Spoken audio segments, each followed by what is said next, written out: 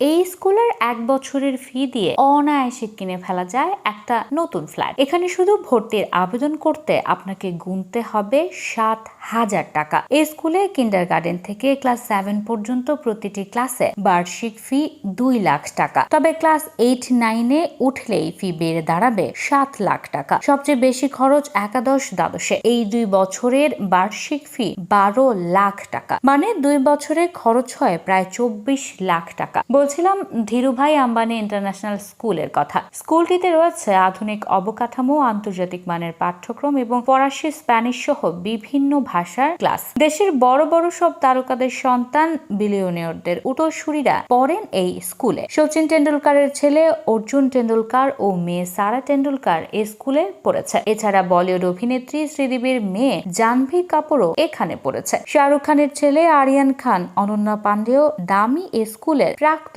শিক্ষার্থী।